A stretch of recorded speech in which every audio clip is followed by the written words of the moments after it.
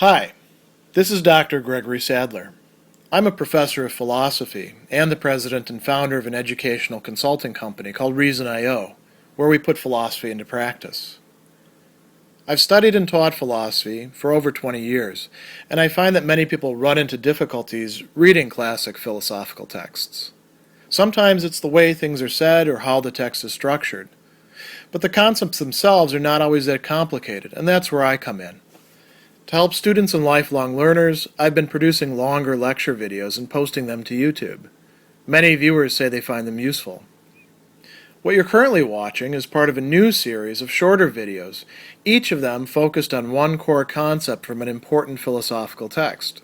I hope you find it useful as well. In Chapter 3 of On Freedom of Choice, Anselm of Canterbury is going to bring in a new set of considerations in the dialogue between teacher and student, trying to determine what exactly freedom of choice is and what its purposes are and how to understand it best. So we're beginning here from the realization that he's brought his student to, that free choice, libertas, arbitrii, is for uprightness of will, rectitudo, voluntatis in Latin. And it has a certain purpose or a teleology, a directedness. So free choice, freedom, libertas, is not simply being able to do anything whatsoever. That would actually fit more into potestas, of which later on we find out that libertas, freedom, is a species of that genus. So Anselm is going to add here something. He says there would be doubts still, dubium, if something else was not added, some other consideration was not gone into. And here we're talking about exploring this teleology of why it is that we not only have a will, a voluntas, and we not only have the possibility of rightness of will, rectitudo voluntatis, but why we have this power or capacity, this potestas, of maintaining rightness of will. So Anselm asks the question, in what manner, quo modo in Latin, in what way, in what mode, we might even say, more close to the cognate, did Adam and the fallen angel have it? Now, why is he worried about Adam and the fallen angel? They provide a sort of test case for us. We can think about our own lives and how murky they are and the choices that we make and all the different motivations we might have and the weighing of consequences and prioritizations. But if we think about, the initial choices made by this, earliest human being, Adam, and going even further back, a being who doesn't even, have a body to weigh him down or anything like that, the fallen angel, who, of course, they put in brackets is Satan. We can get a better handle on why this ability was provided not just to them, but to rational beings in general, which for Anselm include God, human beings, and the angels, whether good or bad, right? So he lays out a set of 4 possibilities, and he says to the student, think about these. Was freedom of choice given to Adam and the fallen angel for these purposes? Which of it was it?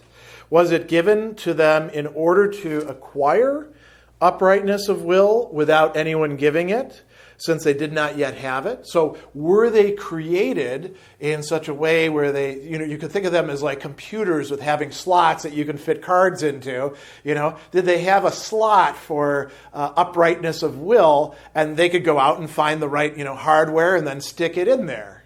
Is that the case? That's possibility number 1, that they could acquire rectitude of will without anyone giving it because they didn't yet have it.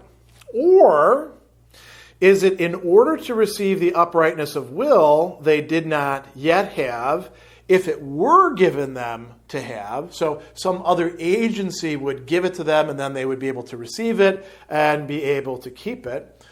Or, here's a third possibility, were they given the uprightness of will like something that is, like a default? Again, let's use hardware and software. This time, let's think about software. Your initial settings, right? Your initial settings, everything is totally clean. And then you play around with your software for a while, and you get some problems with it, some bugs, some malware, and then you just say, this is fine. We'll just revert back to factory settings and begin again, right? We'll do a wipe. Well, that's kind of like what Anselm is talking about here. In order to be able to desert or give up uprightness of will and then recover it back on their own, themselves, after they deserted it.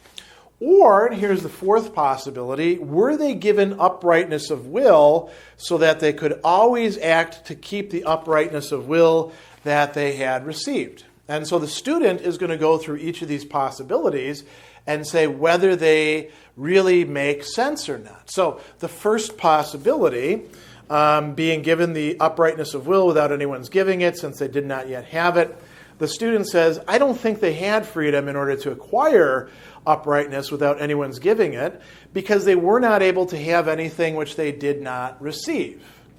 So, whatever it is that they started out with, they got it from somewhere else. They didn't acquire it on their own. So, presumably this would apply not just to Adam and the fallen angel, but also to ourselves as well.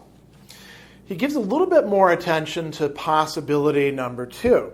He says, we must not believe they were created without upright wills, so we must not say that they had freedom in order to receive from a giver the gift of the uprightness that they did not have in order that they might have it. Yet, we must not deny that they had the freedom to receive the same uprightness again if they deserted it, and it were returned to them by the one who originally gave it. And so Anselm has the teacher say, listen, you're getting a little bit off topic here. It's an interesting point that once a being has lost that rightness of will, it can be given back to them again if they can indeed receive it, which he thinks is the case for human beings, but not for the fallen angels. That's discussed in a later treatise, the Fall of the Devil. So this one is being rejected as well. But there's an interesting corollary being spelled out there.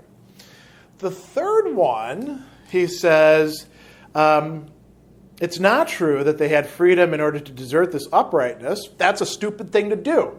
To desert this uprightness of will is to sin, and to sin, the freedom or the ability to sin is neither freedom nor a part of freedom. Why not? Because it's the ability to damage oneself. It's the ability to do what is, not appropriate or not befitting, and what is not, helpful or expedient for oneself. What is bad for oneself.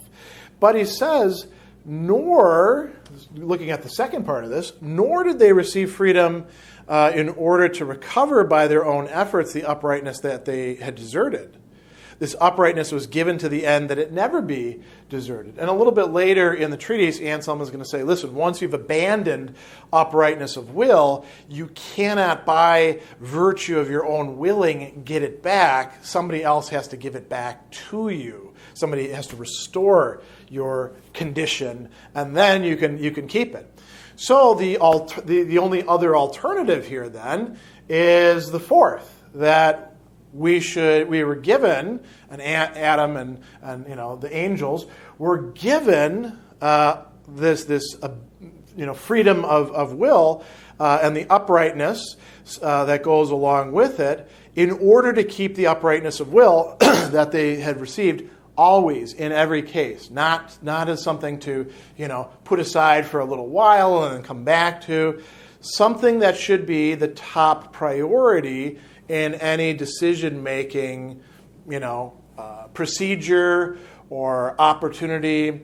What he's saying here, in effect, is that uprightness of will was given so that they could value it as the thing that's most worth keeping, the thing that's most worth pursuing as an end. And that would allow them to continue on doing that. In the case of both Adam and the fallen angel, they didn't do that.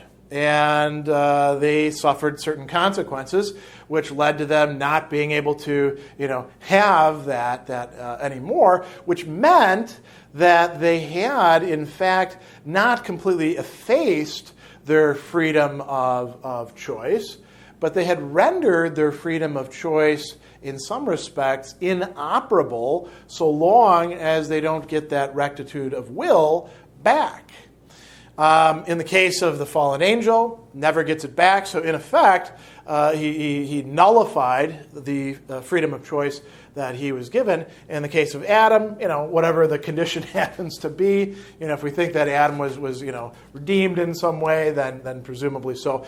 How would this affect us from an Anselmian perspective? Well, we would have been given, and if we receive it back, the rightness or rectitude of will, in order to always keep it. That is the point of it. And that is what allows us to have and exercise free choice, libertas, arbitrii, in its full scope from an Anselmian perspective.